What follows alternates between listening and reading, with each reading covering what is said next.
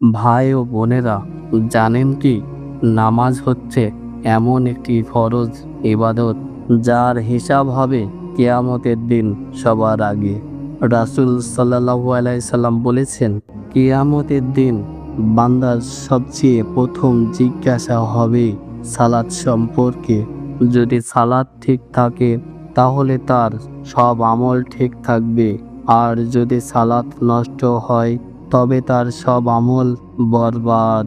জান্নাতবাসীরা জাহান্নামীদের জিজ্ঞাসা করবে, তোমরা কেন জাহান্নামে পড়লে?